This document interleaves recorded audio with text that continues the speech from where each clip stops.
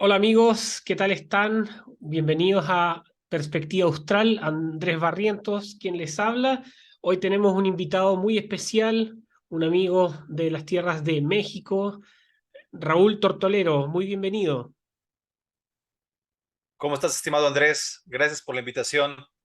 Muchas gracias por aceptarla también. Ya nos hemos visto en algunas conversaciones, en muchos en vivo, y hoy me toca a mí presentarte. Escritor, conferencista, doctor en Derechos Humanos, maestro en Filosofía, Cultura, Religión, un muy importante activista en temáticas pro vida, también contra el socialismo y el comunismo, estas ideologías del mal, y además nos viene a presentar un nuevo libro que acaba de publicar que tiene relación con el fenómeno de nueva derecha y se llama Nueva Derecha, el retorno de Dios a la cultura ante el supremacismo progresista, ese mismo. Está en Amazon ya, ¿cierto, Raúl? Sí, correcto, lo pueden también ver en Amazon. Esta es la Perfecto, portada, mira. excelente. Bueno, por lo mismo, Raúl, quería conversar contigo para que nos ilustres un poco de la temática que motivó tu libro. Bueno, la portada sugiere mucho, pero partamos viendo cómo tú ves una perspectiva de una nueva derecha. En ese caso, entendemos que habría una vieja derecha que habría que jubilar, bajo tu perspectiva. Exactamente, hay una derecha antigua de la que queremos deslindarnos porque no ha sido capaz de ofrecernos como sociedad un sentido de trascendencia y un avance, un desarrollo como seres humanos integrales.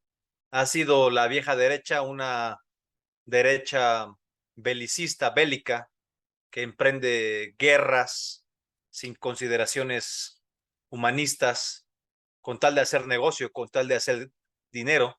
Y también hay que decir que por lo mismo era una derecha economicista, con un acento muy marcado en el mercado, en hacer dinero, en lo económico.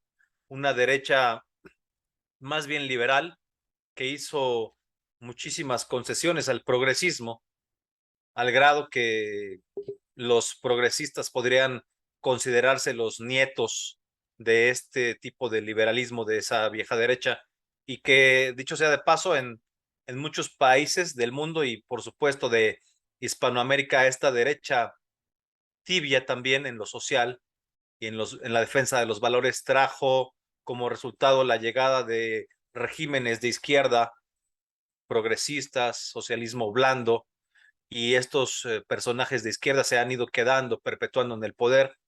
Es el caso, por ejemplo, de cómo Macri hace llegar con sus políticas tibias a la izquierda, Alberto Fernández.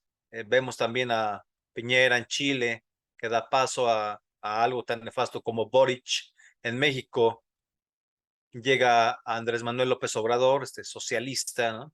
Después de Enrique Peña Nieto. Y así como esos tres, hay muchísimos más ejemplos de supuestas derechas, pero que no cumplían con las características que realmente tendría que tener una derecha. Tampoco se distinguían por defender la fe, la vida, la familia y pues en general eran religiosas o lejanas a los aspectos de defensa de los valores. Y pues por todo esto creo que vale la pena ir replanteando lo que debe ser la derecha, al menos para nosotros. También otra característica que no quiero dejar de lado es que la vieja derecha era globalista y nosotros somos diferentes, somos patriotas, ¿no? Y también hay que decir que la vieja derecha podría tomarse como elitista. Y esto no lo digo porque todo el tiempo las izquierdas están criticando que uno sea de derecha, diciendo, ¿cómo es posible que digas que eres de derecha si no tienes yates, si no tienes mansiones, si no tienes aviones? ¿Dónde están tus fábricas, no? Para que digas que eres de derecha. te llenes toda la boca diciendo que eres de derecha, pero ¿dónde está tu riqueza, no? Yo no veo que tengas esa riqueza. Entonces no puedes ser de derecha, tienes que ser necesariamente de izquierda.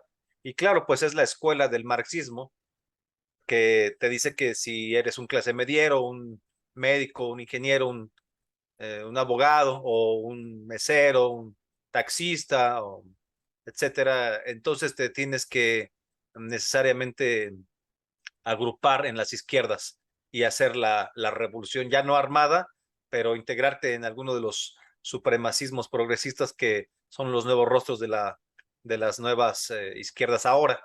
Entonces, dejando todo esto de lado, la nueva derecha, la nueva derecha tiene que ser con características pues bastante distintas. Por ejemplo, diría yo, la nueva derecha, en términos generales, tiene que poner a Dios como centro de la vida y tiene que poner a la familia natural en el centro de la sociedad. Esto es lo más importante y además, pues hay que decirlo, no hay nada más importante que la plenitud del ser humano, la trascendencia del ser humano, porque estamos hechos como seres humanos para la trascendencia, para la plenitud en el amor, y esto no nos lo puede ofrecer solamente lo material. Tenemos que, por supuesto, integrar toda la dimensión religiosa, profunda, espiritual, sensible del alma humana.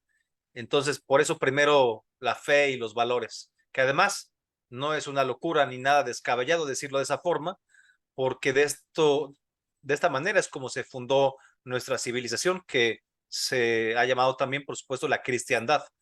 Entonces hay gente que me dice, bueno, pero pues si yo soy ateo o soy agnóstico o lo que tú quieras, o sea, si yo no soy tan practicante, ni tan devoto, ni tan nada, ¿por qué tengo que estar con estas propuestas, no? Aceptar estas propuestas. Bueno, lo que pasa es pues que la cultura es lo que es, la civilización es lo que es, no se puede modificar solo porque uno sea ateo.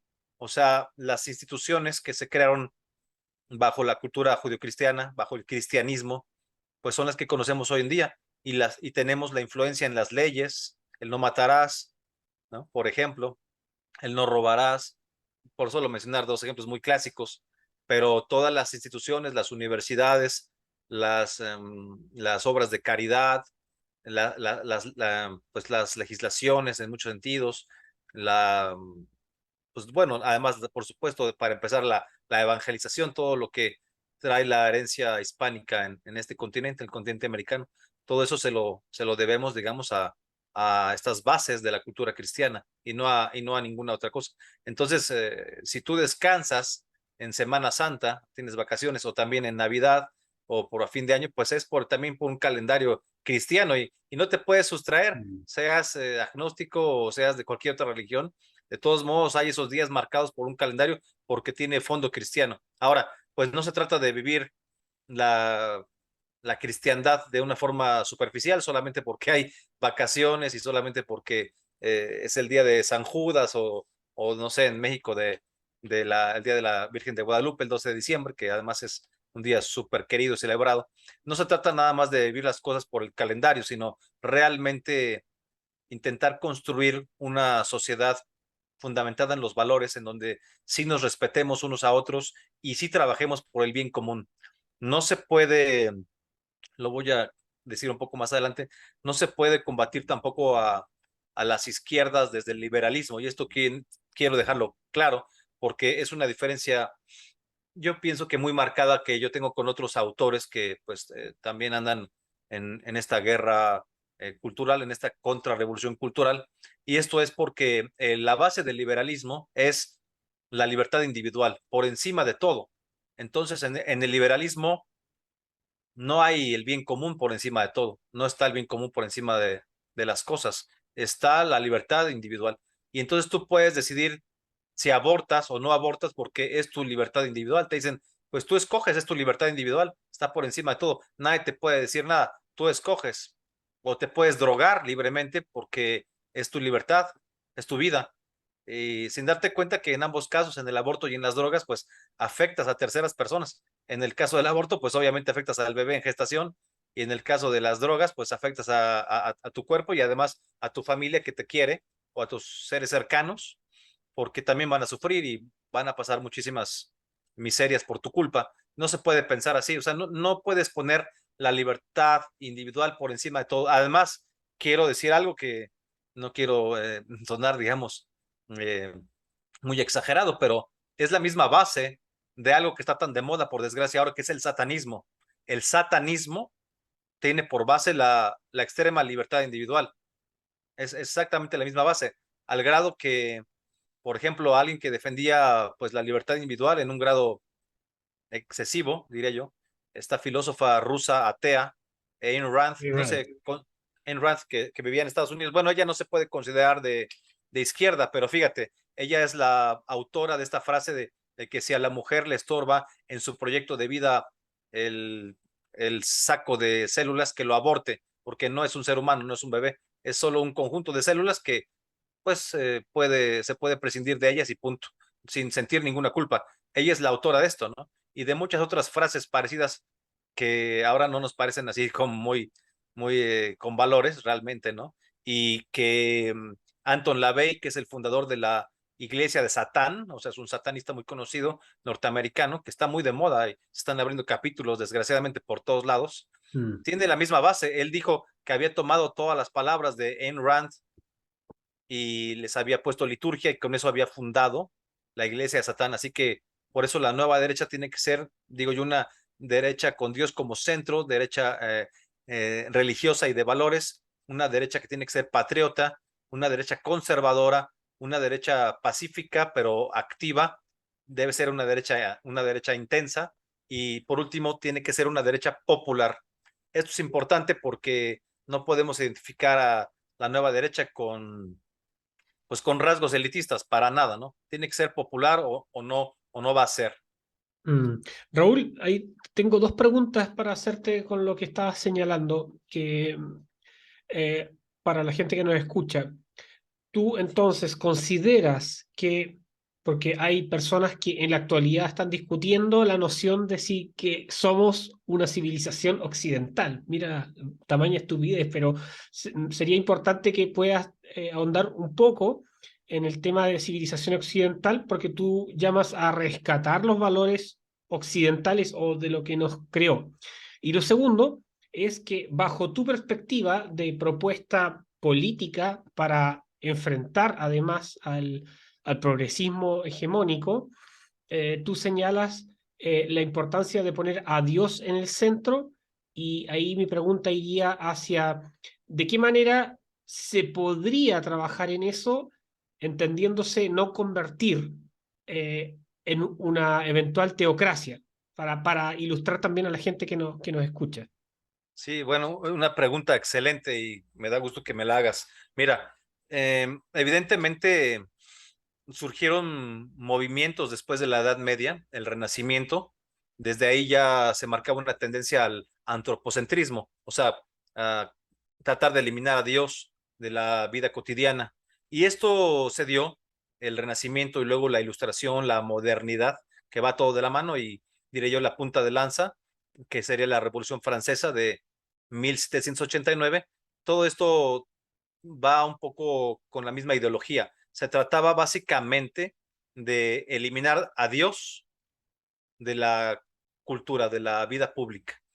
Todavía vemos, por supuesto, esto en nuestros días muy fuerte, no se diga con la extrema relativización que hace la posmodernidad y también el marxismo posmoderno, pero se incurre evidentemente en un grave error al querer destruir eh, el legado de Dios, los valores y a Dios mismo de la vida del ser humano, porque el ser humano está hecho para Dios, es una criatura de Dios y no puede encontrar su plenitud en ningún otro lado. No encuentra su plenitud en el dinero, no encuentra su plenitud una sexualidad desbocada, ni tampoco en las drogas, ni tampoco comprando y comprando cosas, en el consumismo, ni en ninguna otra actividad. Por eso vivimos en sociedades frustradas, deprimidas, y por eso es que las izquierdas tampoco pueden ofrecer ninguna solución verdadera y profunda. La única solución verdadera y profunda pues es la religión y quien se reconozca como ateo pues está en un problema porque no está considerando su trascendencia, su aspecto trascendente, su esencia trascendente. Entonces, dicho esto, hay que decir que nosotros estamos proponiendo una contramodernidad. Necesitamos responderle a Nietzsche. Nietzsche, por supuesto, lo que hace cuando anuncia la muerte de Dios, dice que Dios ha muerto, que lo hemos matado todos y que tenemos las manos llenas de sangre y que se ha creado un gran sentimiento de culpa, pero sobre todo un enorme vacío. Imagínate cuando nos falta una mascota, nos falta un ser querido, un pariente, pues sentimos un vacío. Es lógico porque amamos a ese ser, pero imagínate la ausencia de Dios, lo que generaría, ¿no? O sea, lo que causaría, y eso es lo que hemos vivido, que hemos tratado de llenar ese vacío con muchas estupideces en la vida y no hemos podido sentirnos bien. Entonces es hora de darnos cuenta que nos hemos ido por un camino que no deberíamos haber ido y que debemos de construir por el lado correcto. Y el tema es que estas ideas que van surgiendo del antropocentrismo y todo, pues sí se dan, y hay que decirlo muy claro, sí se dan, por supuesto, porque hubo abusos en las estructuras de poder, tanto de los monarcas como de la propia iglesia. O sea, sí hubo abusos y ha habido pues personajes realmente nefastos en la historia. Entonces, claro que hubo también inconformidad que se a situaciones de enfermedad. Entonces se fueron sumando los factores y esto detonó en estos movimientos cuya herencia hoy vivimos. Pero hay que ver que nosotros no estamos planteando en la nueva derecha, por supuesto, una teocracia, o sea, no queremos que regresen los monarcas, ni queremos que regrese poco, ni siquiera la propia iglesia lo quiere. Yo he platicado mucho con obispos, con sacerdotes, y o sea, ellos no quieren regresar a esas épocas. Entonces, ¿qué es lo que necesitamos con la nueva derecha? La nueva derecha es una opción para que construyamos el regreso de Dios a la cultura de una forma democrática, es decir, no como una imposición desde el poder, no porque el rey lo quiere o no porque el papa o bueno, los obispos, los cardenales lo hagan así, lo indiquen de esta forma, sino porque nosotros en nuestra libertad como cristianos, como católicos, como gente de fe, como soldados de Cristo o simplemente como ciudadanos, deseamos construir unas sociedades que tengan realmente valores, porque estamos viviendo una degeneración de la cultura, el fracaso de la cultura cuando se normaliza el aborto y hay realmente más homicidios o un genocidio a través del aborto que de toda la suma de muertos que ha dejado el comunismo con Stalin y con Mao, por ejemplo, ya son más de 100 millones de muertos. Ha habido más abortos que esto, ¿no? Inclusive puede ser que los haya en algunos años, ¿no? Sumando todos los que hay en China, los que hay en Estados Unidos, que había en Estados Unidos, antes de Roe versus Wade, en fin. O sea, sí necesitamos regresar a estos valores, pero no como una imposición, no como una teocracia, sino desde las bases, porque queremos libremente y así lo decidimos. Por eso debe ser una derecha popular. Muy bien, ahí queda más claro porque hay muchas personas, me refiero a que hay algunos autores de izquierdas y también algunos liberales que tienden a decir de que es bajo la imposición de ideas a través del Estado, como de las instituciones. Y ahí tú claramente distingues que es una avanzada cultural de que las personas no tengan miedo a expresar su fe en Dios y que además es una parte trascendental de la vida humana, de la naturaleza humana. Por lo tanto, ahí descartamos esa premisa que muchos tienden a utilizar de manera errada. Una cosa que me llamó la atención, Raúl, también de parte de tu libro, es que tú también te centras, para que nos puedas explicar un poco, en que China y Rusia se presentan como una amenaza para la imposición de un nuevo globalismo. Eso me gustaría que expliques un poco porque a veces vemos muy lejanos, pero estos dos países aliados hoy están penetrando fuertemente en América Latina y obviamente muy contraria como visión de los valores trascendentales y valores que han configurado Occidente. Claro que sí. Mira, hay autores que también escriben sobre estos temas, que critican a los supremacismos progresistas. pero y son muy buenos, ¿no? Digo, hay que decirlo, a veces algunos son nuestros amigos, otros son un poco más lejanos, pero muchos de ellos son muy buenos, lo hacen con mucha acuciosidad y con buenos datos, buen análisis, buen enfoque, pero hay que decir que prácticamente ninguno conectan esta degeneración causada por las izquierdas posmodernas, por el supremacismo progresista, con la parte geopolítica, es decir, cómo esto le abona a la nueva hegemonía cultural de Eurasia, es decir, de la unión de China con Rusia. Eurasia es un término que ya se inventó hace cerca de un siglo, pero que estamos retomando de la reinterpretación que hace de este término de Alexander Dugin. Es un filósofo Mm. ruso que habla pues sobre todo de la unión de Rusia con China. Él lo pone de otra manera porque pues, es un nacionalista muy fuerte ruso. Él pone como a la cabeza a Rusia, pero evidentemente la cabeza de este concepto de Eurasia, al menos en mi lectura, es China, pues por obvias razones. Tiene una economía muchísimo más pujante, tiene una población mayor, mucha más influencia en todos los demás continentes, proyectos de colonización roja, como lo es la nueva ruta de la seda, bueno, y las manos, los tentáculos metidos en todos lados. Entonces, pues Rusia no puede tener un liderazgo, ¿no? Pero sí puede sumarse y lo hemos visto hace unos días, pues se acaban de reunir Putin y Xi Jinping para decir que todo está muy bien y que van a tener una mejor y mejor colaboración en todos los sentidos, ¿no? Esto nos afecta, por supuesto, y para no ir más lejos, vimos hace unos meses a ir a Alberto Fernández, fue a China a los Juegos Olímpicos y se trajo 23.000 millones de dólares Claro. después de ponerle flores a Mao Zedong, por supuesto, en su mausoleo y firmar su adhesión, la adhesión de Argentina a la nueva ruta de la seda. Esto es entregar la soberanía Exacto. de Argentina a cambio de un cierto dinero para hacer flotar la economía y buscar la reelección. Eso es todo, ¿no? O sea, a China le conviene poner personas, dictadores, sátrapas, que duren muchos años, más de 4 o 6 años, que son los periodos normales. Le conviene que se queden ahí muchos años más porque de esa forma no tiene que estar firmando, retomando, renegociando los acuerdos de largo plazo, ¿no? Y además que como presta, entre comillas, presta cantidades sumamente fuertes, pues más vale tener dictadores en Hispanoamérica y no hay contradicción porque pues China es un país que no tiene derechos humanos, no tiene libertades, ¿no? Entonces, pues, ¿por qué habría de promover la libertad en donde si ellos no la tienen ni en su propio pueblo? Entonces, pues que no haya libertades en Hispanoamérica no les importa en lo más mínimo. Mm. Y por supuesto que encuentran un occidente, aquí hablo en general de Europa y América, encuentran un occidente hincado, debilitado, cuando estamos en lugar de fuertes en nuestra fe, fuertes en nuestra familia, fuertes en nuestros valores, fuertes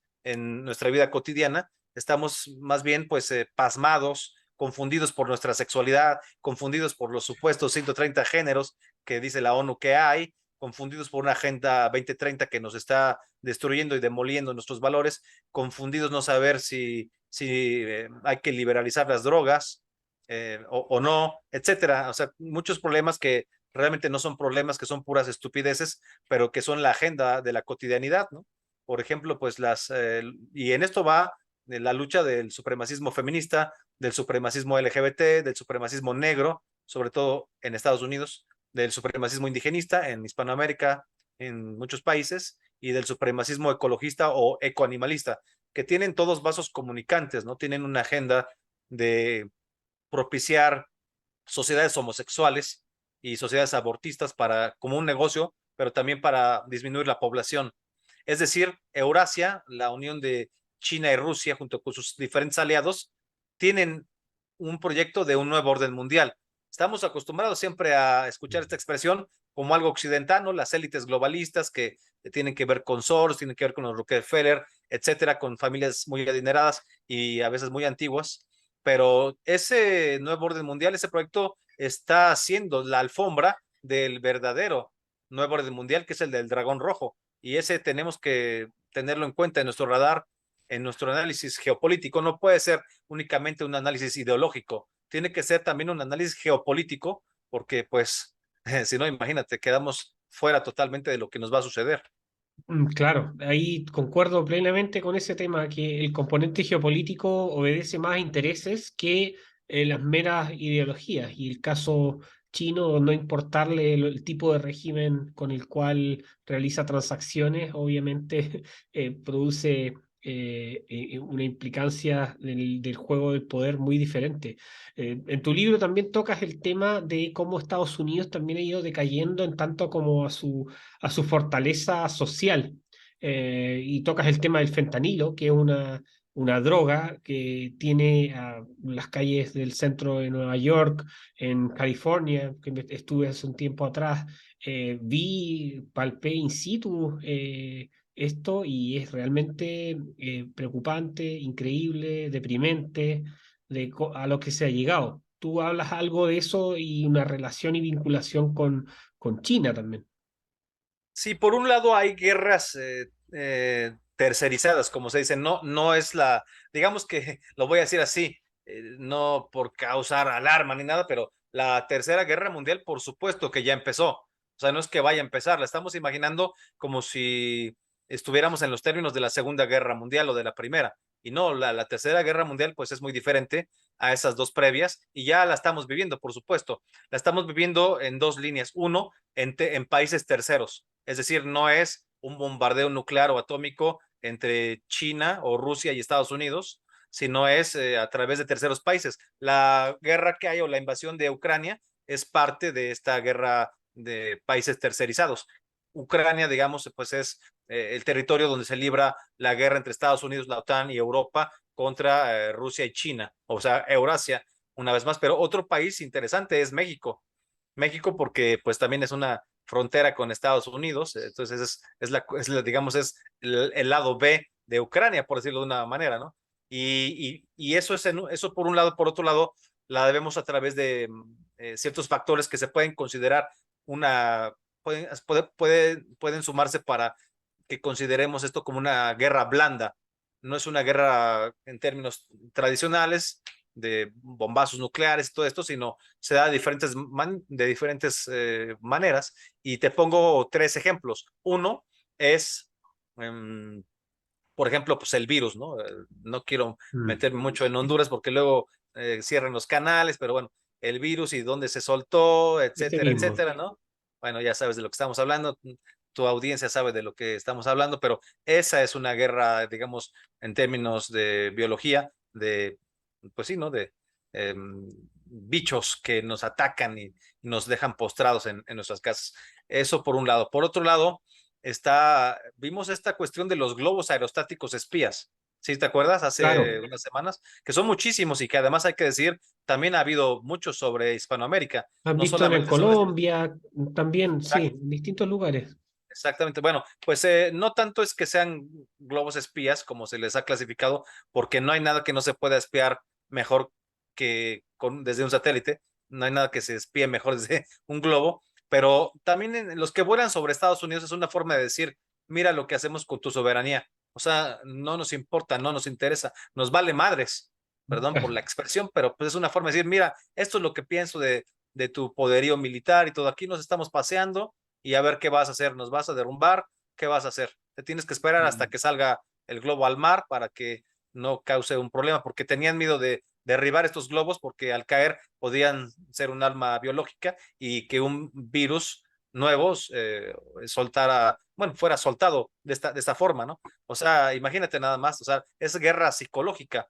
Es el segundo ejemplo. El tercer ejemplo es evidentemente esto que mencionas, el fentanilo, y que desarrollo yo en mi libro. El fentanilo, evidentemente, y así lo digo muy claro en uno de los capítulos, es un arma para hincar a la sociedad estadounidense, ¿no?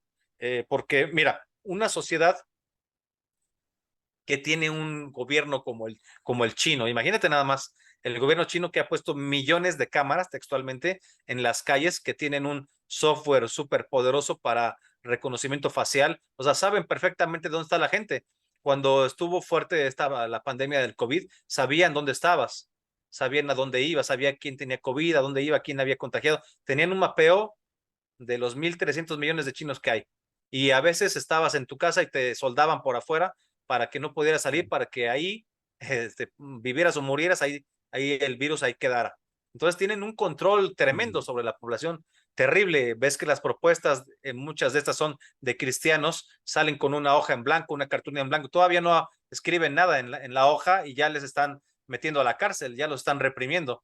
O sea, es una sociedad de un gobierno ferozmente dictatorial, sin derechos humanos, sin derecho a la libertad de expresión, etcétera, etcétera, etcétera. ¿Tú crees que no puedan detectar más de 5,000 puntos desde donde se lanza el fentanilo hacia América, sea que llegue por México habitualmente o que llegue por Canadá, también llega algo por Canadá, o que llegue quizás directamente a Estados Unidos? Estamos hablando de fentanilo ya hecho, tanto como de los precursores para crear químicamente el fentanilo. O sea, esto no se puede concebir. Una sociedad que tiene ese control con un gobierno así, imposible que dejen pasar 5,000 puntos de hallar toneladas, enviar toneladas y toneladas, toneladas de fentanilo. Por supuesto que esto es adrede, el gobierno se está haciendo de la vista gorda, está volteando para otro lado y está permitiendo que entre todo este fentanilo. Y por eso es que ahora Bill Barr, el exfiscal en épocas de Donald Trump de los Estados Unidos, tanto como Blinken, el secretario de Estado, están tratando de que se consideren ahora los cárteles mexicanos como terroristas o narcoterroristas, porque están colaborando con la entrada de fentanilo y esto está generando cerca de 100,000 muertos al año. Una cosa brutal. O sea, si eso no se llama guerra, pues entonces, ¿cómo se llama, no? Por supuesto, el fentanilo es una cosa, es un factor de muchos más.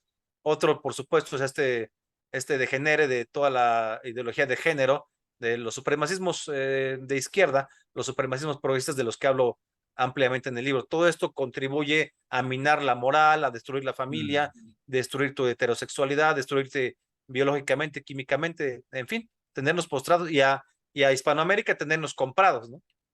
Claro, eso es un tema que yo creo que tenemos que seguir ahondando en América Latina ante los riesgos que estamos viviendo de la desestabilización. O sea, al fin y al cabo, la desestabilización democrática que vivimos en todos los países de Latinoamérica o Hispanoamérica, gran parte se basa en todas estas nuevas guerras que abordan componentes híbridos, desinformación, ataques cibernéticos, drogas, es un mix, un pool de actividades.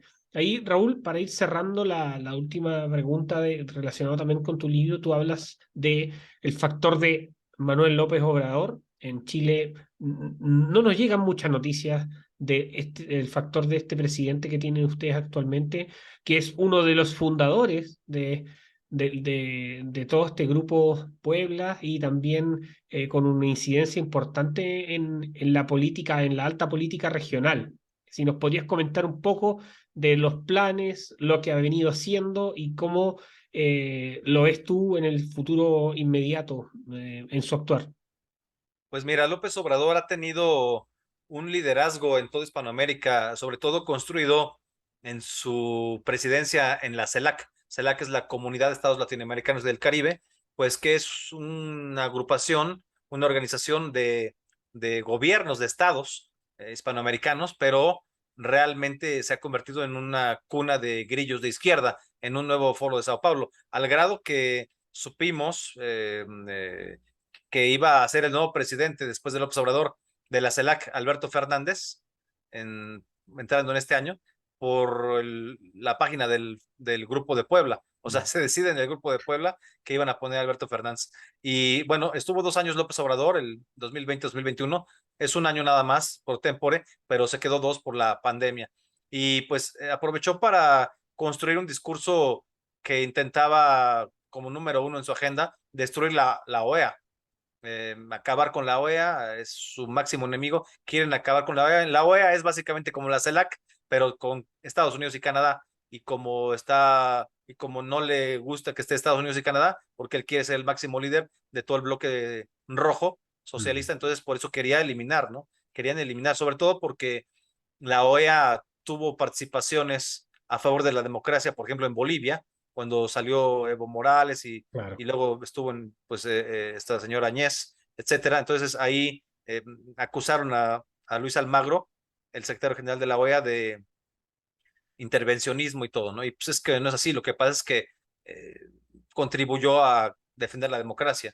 y no al bloque socialista. Entonces, ha tenido muchas, digamos, aportaciones a este bloque en su liderazgo, ¿no? Creo que se pelea el liderazgo con Lula da Silva, que ya se convirtió en el alfil de China, del Partido Comunista de China en Hispanoamérica, ¿no? Claro. México está pues más engarzado en todo, sobre todo en lo económico, con Estados Unidos, y es difícil que México se sume tanto como todo el sur del continente a China. Digamos que quizás el último país que se va a sumar al bloque euroasiático va a ser México, pero pues no porque no quiera López Obrador, sino porque no puede, porque la economía Mm. mexicana pues depende totalmente, ¿no? Su principal socio comercial es Estados Unidos y el segundo de Estados Unidos es México. Por la Mm. cercanía, por supuesto, una frontera de 3,000 kilómetros y pues 40 millones de mexicanos viven en Estados Unidos. Entonces es muy difícil, pero ha construido este liderazgo de izquierdas y que hay que decirlo, no es un liderazgo que hay que tomar a la ligera. López Obrador fue a la ONU y en el Consejo, en una reunión del Consejo de Seguridad, que no tenía nada que ver, ahí se le ocurrió hablar a favor de un Estado mundial. Dijo que había que construir un Estado mundial y hasta dijo a quién había que pasarle la charola, a quién había que pedirle dinero para fondear esto. Mm. Dijo que había que pedirle dinero a las 1,000 empresas más ricas del mundo y a los 1,000 empresarios más acaudalados de todo el orbe, y con eso iban a poder financiar pues para resolver la pobreza de todos los pobres o de muchos pobres en el mundo. Y pues es un globalista también en el fondo. Se vende como nacionalista, se vende como un patriota, cuando realmente es un globalista disfrazado y que ha tenido la construcción de este liderazgo en Hispanoamérica a través sobre todo de la CELAC. Y pues hay que decir que el hecho de que haya propuesto en el Consejo de Seguridad de la ONU estas ideas de construir un Estado mundial, ya habla pestes de él, ¿no? O sea, el esquema que propone y que se está multiplicando y que, bueno, ya estaba instalado, pero que se ha venido multiplicando en Hispanoamérica, es el socialismo blando del que hablo yo. Digamos, el socialismo clásico, duro, es el que llega al poder a través de las armas, con una revolución sangrienta, digamos, ese esquema pues ya caducó con la caída del muro de Berlín, la desintegración de la URSS, y en América, sobre todo, el modelo quedó pues ya en el pasado desde la llegada de Fidel Castro al poder en 1959. Esa fue como la última revolución clásica, ¿no? De tomar el poder desde las armas, ¿no? Bajar por la Sierra Maestra, todo eso. Mm. Pero después, pues ya estos nuevos gobernantes del socialismo blando, entre ellos, por supuesto, López Obrador, Boric, Petro, Lula, inclusive Hugo Chávez y Maduro, bueno, más Hugo Chávez que Maduro, Daniel Ortega en su momento, todos estos que han venido llegando en los últimos lustros, llegan al poder con las urnas, no con las armas. O sea, llegan con voto de forma legítima en un primer momento, pero después ya empiezan a hacer cambios, modificaciones, reformas, a comprar voluntades y se quedan en el poder, se perpetúan mediante muchas mañas, ¿no? Ya no se van. Está Mm. el caso de Evo Morales, de Rafael Correa, de Daniel Ortega, todos los que ya conocemos, ¿no? Y una de sus principales armas es el mega asistencialismo. Hay que tener en cuenta este concepto, que es básicamente pues subir los impuestos y dar dinero a todo el mundo, dar cheques del gobierno a todo el mundo, a las madres solteras, a los que ni estudian ni trabajan, que les decimos ninis acá en México, a los estudiantes, a los ancianos, a quien sea, todo el mundo recibe su cheque. Y entonces con esto se va creando una nueva clase social, así de plano, una nueva clase social, una base dura, que es la que hace finalmente ganar a estos personajes en sus elecciones pues fraudulentas, en sus elecciones patito, fake, ¿no? En sus Claro. elecciones que tienen la apariencia de ser verdaderas cuando realmente pues son falsas. Pero esta clase social, como no hacen nada, realmente no tienen que hacer nada más que cobrar sus cheques, están dispuestas a lo que sea, a salir a golpear a quien sea, a matar inclusive, a incendiar, a lo que tengan que hacer lo hacen por el gobierno, con tal de mantener al gobierno. Son las bases duras y muchas veces violentas.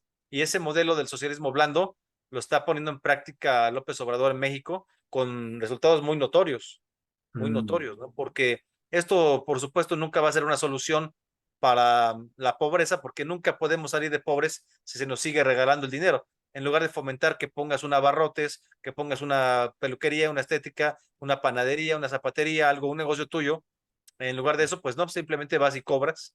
Y de una familia donde vivan 15 personas amontonadas, pues puede ser que cobren 10 o 12 de esa familia el cheque, ¿no? Y con eso viven, no tienen que hacer nada más. Y Mm. hay que pensar que además también con este esquema del mega asistencialismo no se fomenta digamos, el crecimiento, el desarrollo, la integración de la familia natural, porque no hay cheques para la familia natural, no hay cheques cuando una familia tiene papá y mamá e hijos, sino cuando es todo lo contrario, cuando es cualquier otra opción menos esa. De esa Mm. manera se contribuye a la destrucción de la familia natural. Es bien interesante eso porque ahí tú ves cómo conectan algunos puntos. La renta básica universal que promueven los grandes poderes de Naciones Unidas, Foro Económico Mundial, y estas alternativas que empiezan a generar dependientes del Estado, eh, y el parasitismo. Lo otro que también llama la atención es que en el caso chileno, para contarte, la actual administración, Boric, lo que señala es que estamos construyendo, mira el eufemismo, pero estamos construyendo un estado de bienestar. Claro, como si Chile fuese Dinamarca, Noruega, países desarrollados y con un alto nivel de creación de riqueza y productividad por las nubes. Entonces, claro, ahí se conecta mucho este tema de cómo van a través de la manipulación del lenguaje incorporando políticas públicas que van generando dependencia. Exactamente, mira, las élites globalistas de las que hablamos hace un momento, cuando también se han propuesto crear este nuevo orden mundial, bueno, el orden mundial clásico, el que siempre, al que siempre hacemos referencia, no el verdadero que está llegando mucho más fuerte, que es el del dragón rojo. Pensaron en tener, como son maltusianos, pensaron en tener sociedades homosexuales, generar, poner de moda como algo muy cool, muy simpático, que haya una dominancia cultural pues sí, de integración de parejas homosexuales, no de familias naturales. Y con esto, pues, logran varias cosas. Uno, que se disminuya la población, tener un control de la natalidad. em, el feminismo ayuda con esto, la ideología de género ayuda con esto, la bandera del falso arcoíris ayuda con esto, pero también interesante aquí, hasta paradójico, tratan de imponer gobiernos de izquierda. Y uno dice, bueno, la gente puede decir, bueno, ¿por qué las élites de millonarios que son totalmente de derecha, pues son capitalistas, tienen muchísimos negocios, son los dueños del dinero, de las casas de bolsa y de todo? Pues ¿por qué les podría convenir un gobierno de izquierda? Y por supuesto que esto tiene su explicación, y la explicación es muy sencilla. Se trata de que estos gobiernos de izquierda, con ese mega asistencialismo, puedan sofocar los fuegos de lo que podría ser una insurrección armada, porque entonces sí perderían pues sus inversiones, sus fábricas, sus negocios en cualquier lugar del mundo. Es muy caro estar sofocando insurrecciones o revoluciones armadas o movimientos justicieros, lo que tú quieras, ¿no? Entonces es mejor tener un Boric que dé dinero a todo el mundo, un López Obrador, pues un Petro, ¿no?, que dé dinero para que pues los pobres estén tranquilos y no se organicen ya desesperados y quieran matar a quien sea. Entonces, por eso ponen gobiernos de izquierda, además porque estos gobiernos de izquierda tienen una agenda progresista que también les ayuda a homosexualizar a la sociedad. Y hay que ver también, me gustaría, para cerrar si quieres, también un concepto interesante que fue planteado, de mucha actualidad, que fue planteado por Gustavo Petro en la ONU también, y que además le fue aplaudido, que yo le llamo el narcosocialismo ecologista. Esto no es una locura, es un disparate de él, pero no mío. Y básicamente dice que la cocaína no hace daño, que hace Ah, poquito daño, nada más tantito, que hace mucho daño cuando ya le revuelven otras sustancias, pero así la coca pura no tiene mayor problema, dice él. Pero pues como la guerra de las drogas ha fracasado, que no sirvió de nada, pues entonces hay que de plano legalizar la cocaína en todos lados, no nada más en Colombia, empezando por Colombia, claro. O sea, liberalizar la producción, la distribución y el consumo de la cocaína. Por supuesto, pues esto no generaría muchos muertos. Más muertos ha generado la guerra contra el narcotráfico.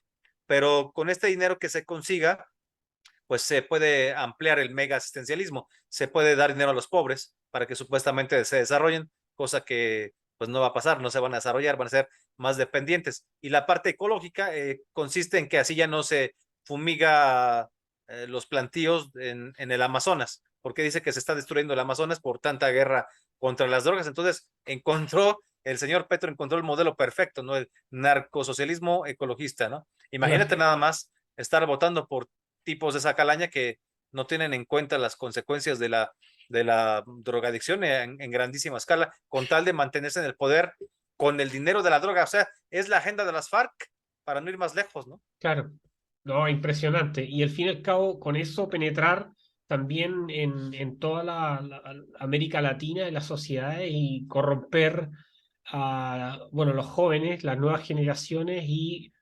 olvidarse y alejarse del pensar, que es algo crucial también para todos los aspectos de el desarrollo espiritual, del desarrollo personal y también de mantener sociedades pacíficas, que es todo lo contrario a lo que están planteando estos grandes líderes. Bueno, Raúl, agradecerte por esta conversación tan grata y también porque nos ilustraste sobre varios aspectos de tu libro. Si nos puedes comentar ahí para cerrar, dónde se puede adquirir a todos los que nos ven de América Latina, los que nos ven de Chile, eh, y comentarle, Raúl. Bueno, mientras no enviamos todavía lotes de libro impreso, pueden entrar en Amazon y pues googlear Nueva Derecha, el retorno de Dios a la cultura ante el supremacismo progresista de Raúl Tortolero, su servidor, y ahí van a encontrar, pueden comprarlo en tapa dura o simplemente la versión electrónica. Está muy sencillo y creo que les va a gustar mucho. Es un libro que no solamente es político, también es un libro que habla de cultura, por supuesto, y de religión, pero porque estamos en contra de que se dividan las áreas del ser humano. Queremos volverlo a integrar como fue antes de la modernidad. Creo que nos ha hecho mucho daño el poner de un lado una cosa y del otro lado la otra, ¿no? Hay que reintegrarlo todo porque finalmente son vivencias del ser humano y el ser humano es uno, debe ser uno también con Dios. Muchísimas gracias, gracias por la oportunidad, gracias a tu audiencia y me despido diciendo, y que viva Cristo Rey. Eso, muy buenas, que lo pasen muy bien y gracias, Raúl, nuevamente por ello. Vamos a dejar el link de dónde adquirir tu libro también en el canal. Un saludo de Perspectiva Austral. Nos vemos. Gracias, buenas noches.